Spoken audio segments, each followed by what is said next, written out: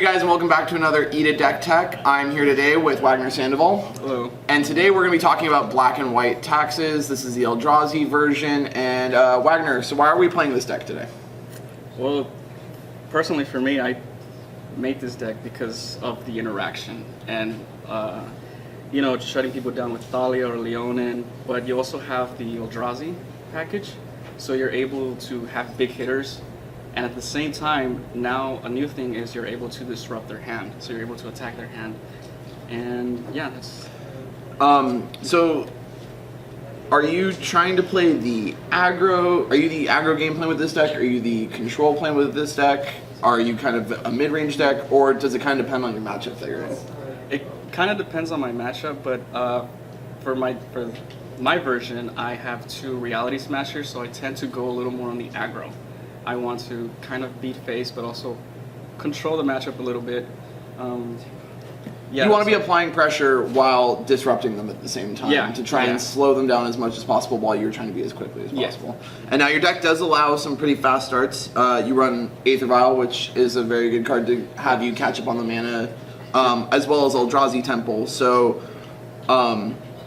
what's kind of like the ideal way to start with this deck? Well, the best turn one is and always will be Aether Vial. Okay. That's like the power of your deck.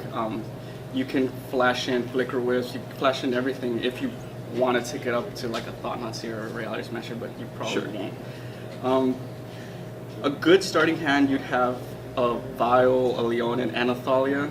Okay. So you're able to, especially if they're like a non-creature deck or they're searching for stuff, you can just shut them down. Sometimes Leonin just takes the game if you're on the play and it's your turn two. Right. So, yeah, that's... and I see you're running the 4 Ghost Quarters that also complement Leonin, because obviously one of the best plays you can do is turn 3, you activate Vial, you put in your Leonin. If you've got a Ghost Quarter, you can shut them off. You can play Thalia to make sure they don't disrupt it. Yeah. And then you've even got the potential of just turn 2 Thought-Knot Seer with the double Eldrazi Temple, and sometimes you just can't beat that hand either. Yeah, the four temples are just sometimes like really ridiculous. I turn 2 Thought-Knot a lot of times, and it just kind of ends right there because you just take out the best card in their hand, and then you're just able to maybe just smash in with a Reality Smasher next turn, and they have no answer to take away the Smasher or the Thought-Knot because you took it away with them. That seems reasonable, I guess. Yeah. So the only other non-creature spells you run in the deck besides your Aether Vials are you run 4 Path to Exiles, and then the rest of the deck is just creatures and lands. So are you pretty confident with your creature list that you're going to be able to keep up playing only creatures in this deck? There's a few people that I know who run the same deck, but they run 3 Thalias and they put in another creature. But I personally like the 4 Thalias. Okay. The Path of Exiles, the best removal. I also have 2. Also a very good combo with your Leonin if you've got it out. Yeah, so they won't be able to search. Right. But I also have extra removal in the sideboard with the 2 Fatal Pushes. Well, so let's move on the sideboard a little bit. So you've got Burrenton Forge-Tender, you bring them against Burn. What else do you bring those in against? Anger of the Gods. Okay, so Anger of the Gods style deck, sure. And then you got your 2 Fatal Pushes as more 1-mana removal. You have Death Shadows running around, you need to be able to deal with that card. Yeah. And it just also tribal decks like Merfolk and even Revolt Zoo now. You know, you want to get rid of their early threats or just clear the board as much as possible so you can have your creatures land in. And then you take over. And then you've got your 2 sort of sweepers, I guess, in your Orzhov Pontiff and your Zealous Persecution. Why the 1/1 split? With the Orzhov, you can keep blinking him with Displacer, or you can also do it with Flickerwisp. That's why I like him, because he's a continuous like Zealous if he's left unanswered. Sure. The other Zealous, the Zealous is just if you want to take away their lingering souls, or you want to pump up your team while shrinking theirs. You need to clear the way, you need to make your trade and blocking more beneficial. Because it pumps yours but shrinks theirs, and with Orzhov you just can only choose 1 mode. Right. So. And then 3 Stonies obviously slow down the Affinity Menace. Tron, Ad Nauseam can even slow down, but that's why you also have Wasteland for Ad Nauseam. So. And then Blessed Alliance also for Burn. For Burn, and you can take away their Death Shadows. If they have multiple Death Shadows, just casting this gets rid of, it's like a board wipe for them. Especially if they've got 9 or more life. Yeah. It's going to kill all of them. You might even get their Tasker out of it. Gideon for the more grindy matchups, I'm assuming? Grindy, control. Okay. And how has Gideon been performing for you in Modern? I personally, that's like my favorite planeswalker right now. Okay. So I just love it. You just land it and you just keep pumping chum blockers, or you can just start like taking over the board with a bunch of tokens. And so yeah, that's why I just love it. I kind of want to add another one. I only have one, but I want to add another one. Okay. And then you got your 2 Rest in Peace for Graveyard Style decks. We're Yeah. still a little worried about Dredge. We don't know how good it's going to be. Yeah. Helps out with the Grixis decks, I'm assuming. Do you bring it against anything else? So Jund. Okay. Jund Abs, and it's reasonable.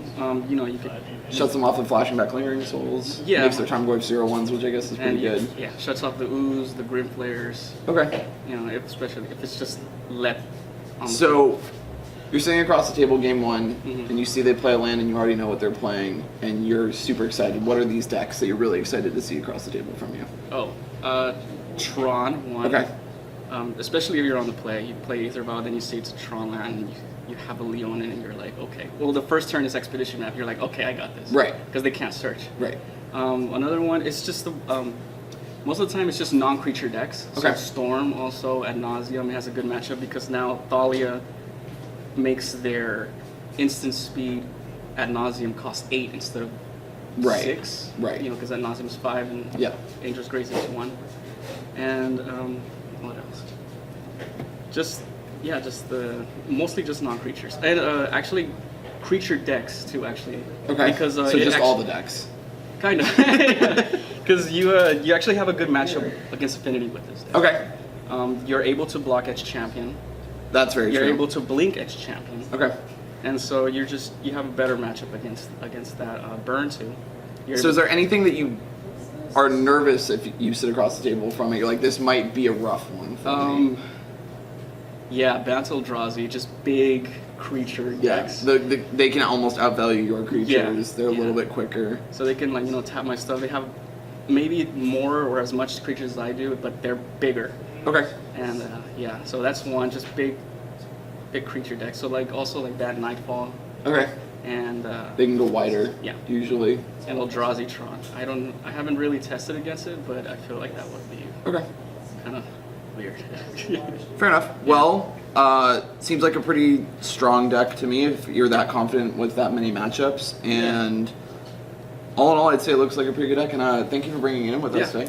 And guys, just so you know, we're gonna be doing more of these once a week. And then I want to remind you guys that on Mondays we'll be doing Modern at 6:30 at the Game Hub. It's a $5 entry. And then on Wednesdays we also do it at Legion. It's also at 6:30. It's a $5 entry. And if you're from Southern California, we really hope you can come out and join us. Thanks for watching. I don't erase. Insert a new clip so that Alice can be like random stuff. I just want us to have to deal with the bullshit that I have to deal with. That's all I want in my life.